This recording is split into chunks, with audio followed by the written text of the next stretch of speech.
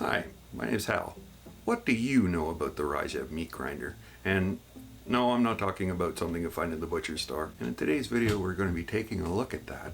What is the Rzhev MeatGrinder? So, what I've done is create a table that's based on Russian landscape, and I'm going to use a typical Russian infantry group to try to push through into a reasonably strongly built German defensive line that's only being held by a half company. With a little bit of history behind it, Rzhev was a city that was quite close to Moscow. It was one of the furthest points that the Germans pushed up to. And in the 1941-42 winter, the Russians tried their best to push the Germans back as far as they possibly could. The town/city was well defended, and the area around it became a salient that the Russians could not break. Over the next months, up into the fall of 42, they sent a tremendous amount of manpower and caused a lot of casualties as they tried to cut off and destroy this pocket. So let's get into it and see exactly how it portrays the Rzhev MeatGrinder. And I do have to apologize. I've totally butchered it. The name is not Rzhev. It is Rzhev or Rzhev. But I like Rzhev. Anyway, here's the table. Here's what the Germans are proposing to do is they're going to be defending this position right here by this bridge. They have an older earthworks that was built by the Russians before, so they're going to be taking advantage of that, and they're going to be setting up in the trees. They only have a half company, so the first thing they do is get the pioneers out, and they're laying down their wire on both the right and the left flanks. And here's a close-up of one of the heavy machine gun teams that are going to be set in place. So that's going on this right flank right here. I do use a house rule that the heavy machine guns for the Germans that are in defensive positions get 8 dice, not 6. And there goes the light small platoon defending it, 4 teams and a commander. And that's exactly the same mirrored on the left flank. In the center, the Germans have a platoon of 2 Pak-50s, and they're setting up in the pre-made Russian entrenchment. There goes the spotter for the artillery. Now, the anti-tank Pak-50s, they have a view of that bridge, and that's pretty well their objective. Hold this bridge by this roadway. Now, they only have a half company, and I did this to portray the fact that the Germans were holding back a lot of their men for offensive in the springtime. Okay, through the binoculars, they can see that the Russian trench line way off in the distance, there's a lot of movement lately. They can see flag waving, and they know something's coming. They just don't know what. So from the Russian standpoint, here's their commander, battalion commissar, and a heavy machine gun. And off on the, I'm going to say this is the left side, they have a full company of infantry, and they're going to be pushing through this broken down field of rubble, and they're going to be attacking the German left flank. They also have mortars. They've got the medium mortars, and also supporting on the right side, they also have infantry. Now, these infantry have been given instructions to rush as fast as they can through the small barnyard across the road. Don't attack the bridge. They've been told that there's markings that they can follow to cross through and get through this little bit of force so that they can attack directly onto the German front. And they're told to run as fast as they can because they know there's going to be machine guns. Now, historically, the Russians would start with heavy bombardments, and they brought up a lot of guns for these attacks into the Rzhev salient. I decided to use a preliminary bombardment the same way that you would if you were playing on, say, a D-Day invasion, to simulate the fact that the Russians brought up a lot of big guns to bombard the German emplacements before they sent their troops in for these excursions. And what that means is every single one of the German teams have to make not 1 but 2 saving throws. And here's the results. On the right side, they lost 2 teams. And I also put some craters to indicate that there was bombardments going on. Now in the center, you notice there's no teams there because the pack on this side and the pack on that side and their commander were all destroyed. So that's one platoon down, but that won't count in the end. On the left flank, the Germans lost one team only. And here comes the first turn. Okay, so the Russians are coming in. Now on this side, they don't have a lot of cover, so they are not running amok. They are going at normal speed of 6 inches as they push their way up. There's a lot of guys there. There's 18 teams plus their commander, a heavy machine gun, and a commissar. On the German right flank, there's the same amount of Russians that are pushing forward, but they are double timing. They have a lot more cover. They can afford to do this because they're assuming that no one's going to be able to hit them. The Russian mortar platoon in the center did a bombardment into the trees just to soften up the Germans yet again. And no damage was done, but the Germans are pinned down. Okay, on to the German start, and they have some stuff to lay down. They have some Tobruk pits, which are basically Germans in concrete bunkers, medium machine guns, and look at that. They have a view on those Russians who thought they were safe, and those Russians are going to be taking a lot of hits. Out of 5 dice, 10 dice are rolled, and after it's all done and the saving throws are made, come on, nothing. A lot of pinging off the trees. Now there's another Tobruk pit that they've got just on the other side of the road, and they can sort of see into the Russians that are coming across there. It's long range. The Russians aren't running, so they get 4 hits, and let's see what happens. Oh, they clip someone. Okay, first casualty. Turn 2 for the Russians. Now, they're not going to ground. These boys are charging hard into the Tobruk put there. I feel really sorry for that German that's inside that concrete bunker. Doesn't look too good for him. Anyway, he's going to give it his best shot. Okay. The Russians are bogging up in the barnyard. There's so many of them. They're just fighting over each other to get to the front line. The Russians that are moving forward, only the first 2 could shoot at that Tobruk pit, and they missed their shot completely. And in defensive fire, 2 teams were shot down, but that wasn't enough to stop the assault. And when all the dice rolling was done, that medium machine gun was wiped out. Okay, at the end of the assault phase, the Russians lost some in, so they will be pinned down, but they do get to do their 4 inches of consolidation. They'll take advantage of that while they can. So far, it doesn't really look like a meat grinder. It looks like the Russians are doing a pretty good job of just rolling up this. Let's see if the Germans can hold out. Okay, on the left flank, the infantry that have a lot longer to go are still moving cautiously. Shooting was done, so they go straight into the German turn. And the first thing the Germans have to do is bring in their company commander and their 2 IC, who were at a staff meeting when the assault happened, and they've had to double time their way to get back to their troops. Hopefully they don't come under fire while they do so. Okay, medium machine gun takes some shots on the Russians. And 2 more teams were wiped out on this side. Now the Germans do have a couple of extra surprises, and here's one of them. A heavy machine gun nest, and after doing the measurements, it's just over 24 inches, so they won't get in any shots. But next turn, okay, in the center, the artillery spotter can see that the Russians may get some shots on the company commander and the 2 IC, so we're only giving him 1 bombardment in this entire game. We're doing this to simulate the fact that even though this is just one small portion, there's a grand assault going on all over the countryside, and the artillery can't be everywhere at once, so they're only allowed this 1 chance. And look what happens. Not much. The bombardment caused the Russians to be pinned down, but that's it. Okay, that 2 IC and company commander better get their act together.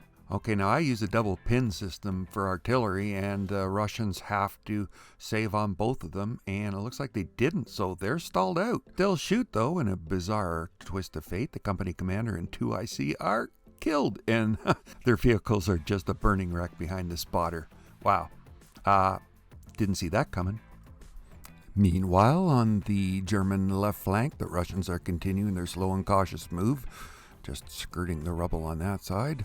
And a couple of them can take shots. Looks like 4 shots at the Tobruk pit. They need their skill on this, and a couple of them make it, and he makes a saving throw, so that's not bad. All right, now on the top of the German turn, let's see if we can get rid of that pin marker. Ooh, no, he doesn't. All right, but let's just go straight into shooting. The heavy machine gun can finally range in on those guys. Okay, so he gets 8 shots. He normally needs 2s for conscripts, 3 for the concealment, 1 for the distance. So he's needing 4s. And he gets 3 hits. Come on, let's see what he does. And they all make their saving throws. That heavy machine gun has done nothing. Tobruk pit. Time to pay back. Let's see what he can do. Oh, he gets more than a few hits. 4 of them. All right, so he's going to take 3 on the regular guys and 1 on that leader that's in the building there. Okay, so 2 fail. And I'm rolling separately for the leader. And this is important. If he dies, that company stops. But he made a saving throw. All right. On the German right, they've got to get rid of those pin markers. They've been pinned ever since the initial bombardment. And they rolled 2 1s. So they are still pinned. Okay, on to turn 4. The Russians are taking a fair bit of casualties now. But as they move up, under fire the whole way, they're going to try to attempt to shoot at this Tobruk pit. And if the shooting doesn't work, they can assault that position. So I'm not going to do all the dice rolling for you, but the end result was, yeah, their shooting was successful, and they move up as far as they possibly can and do the 4 inches of reorientation at the end of their combat. So it's not looking too good for the Russians on the left flank. Let's see what they can do on the right flank here. They're going to be moving straight in. So there's a lot of guys. They haven't lost too many. There's been few casualties, so they're raring to go. And the Germans are down by 2 units on that side. They literally only have 2 teams and their commander. Okay, so 2 units are taking shots at the heavy machine gun that you can't see off board. One of them rolls a 6, makes his hit. Saving throw, needs a 5, gets a 5. And 2 front units take shots at that German that they can see. They need a 6, they fail. And here comes the assault. Now the Germans do get defensive fire, and adding it all up, you've got 8 for the machine gun and 1, 2 for those 2 units. And they roll their dice. Oh, don't forget there's a spotter right there. He can shoot too. Nah, he does nothing. All right, a lot of hits. Wow, a ton of hits. So that's 9 hits. So those boys are being driven back, but they still have to make their saving throws. They need 3s or better to save. So I can see 1, 2, 3 teams killed. So not only do they lose a lot of men, they also have to fall back, and that combat is over. So I think I'm starting to see why they called this a meat grinder. Okay, on the left flank, looks like the Russians are still charging in. I don't see how they can do this with the heavy machine guns, and even though there's not a lot of men, well, okay, Russians managed to get a mortar on target, and they fired, pinned down the leader, but that was it. It's not looking good at all for the Russians. Looks like this small half company of Germans are actually going to pull it off. Here comes the buzzsaw shots from the machine gun nest, and the Russians are running right into his kill zone. Let's see how many go down. A lot of hits. Doing each of the saves individually, and it looks like they're going to lose 2 more units, which they cannot afford to do. The Germans are still pinned down. They've been pinned down the entire game, and look at that, another one. They're still pinned down. They're in really bad shape, but they're fighting for all they've got. Let's see what they can do. Only a couple of shots. They get 3 hits. And looks like 2 more go down. So yeah, the Russians are starting to drop like flies.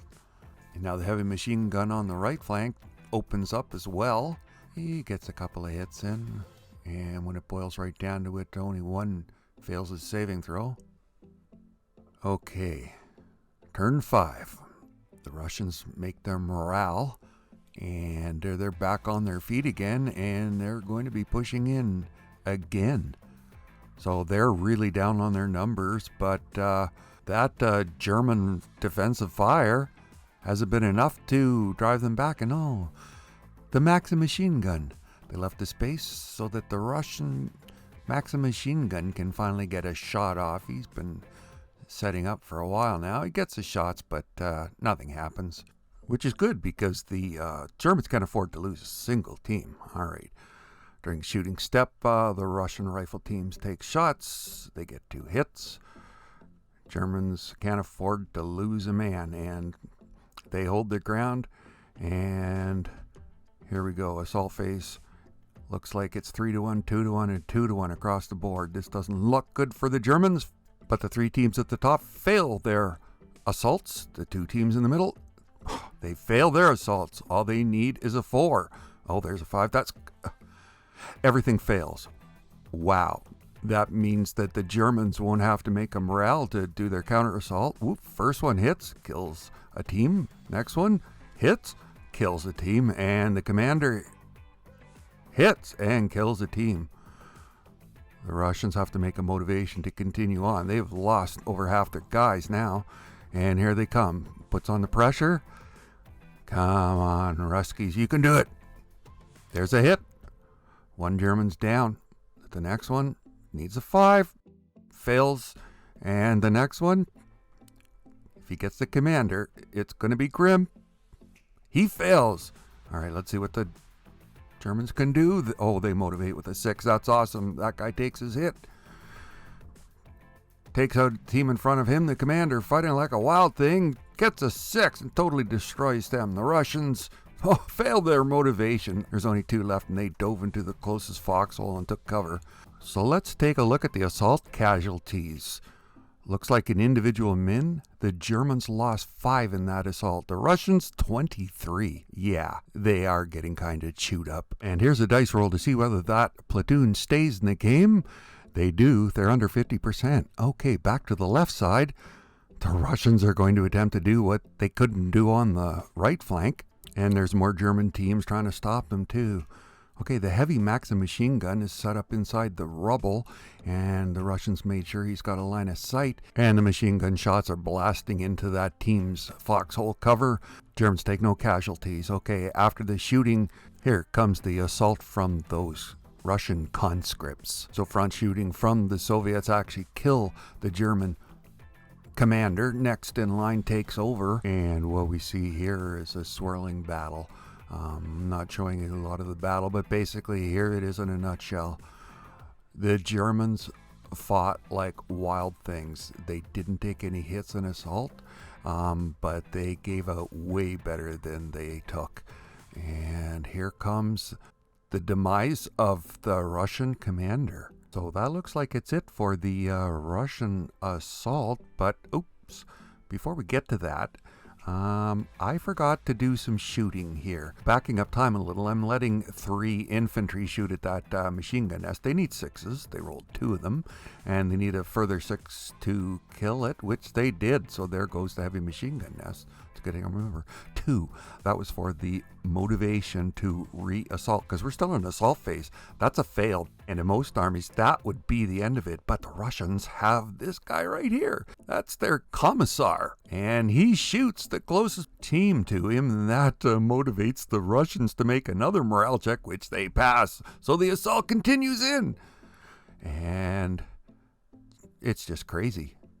It's just absolutely crazy. Look at the hits. Nothing's happening. The Germans are holding their own. These veterans really know how to fight. Oh, wow. One finally went at the top. So it looks like it's down to the last 2 guys. Can they motivate to stay in the fight? No, they do not. They back up. The Russian conscripts are fearless, and that certainly showed it as they just drove those Germans back. They are under 50%, though. They've got to make them check, which they make. Otherwise, they would have actually left the board at this point. Okay, 50% under for the Germans. They have to make their check as well, and they fail it. That means those 2 guys are putting their hands up, and they are giving up. They've had enough of this. Prisoners taken, and the left flank is folded. What that also means is that there's not enough to hold the whole game. The German right flank folds, And the last to make a hasty retreat is the forward observation. And there it is. Russians for the win. Wow. Didn't see that coming. That was amazing. Okay, so let's take a look at the actual Russian losses. Now, these are the survivors right here. And the first platoon, the commander and 12 of 18 infantry were wiped out. Second platoon, 13 of 18 were wiped out. That's a lot of guys. That's over 70% casualties. So yeah, I definitely think this portrays the Rzhev MeatGrinder. Hey guys, thanks a lot for watching this. And if you stayed to the end, give it a like and leave some comments if you want to see more. I'm going to be doing a lot more of these, so have a great one.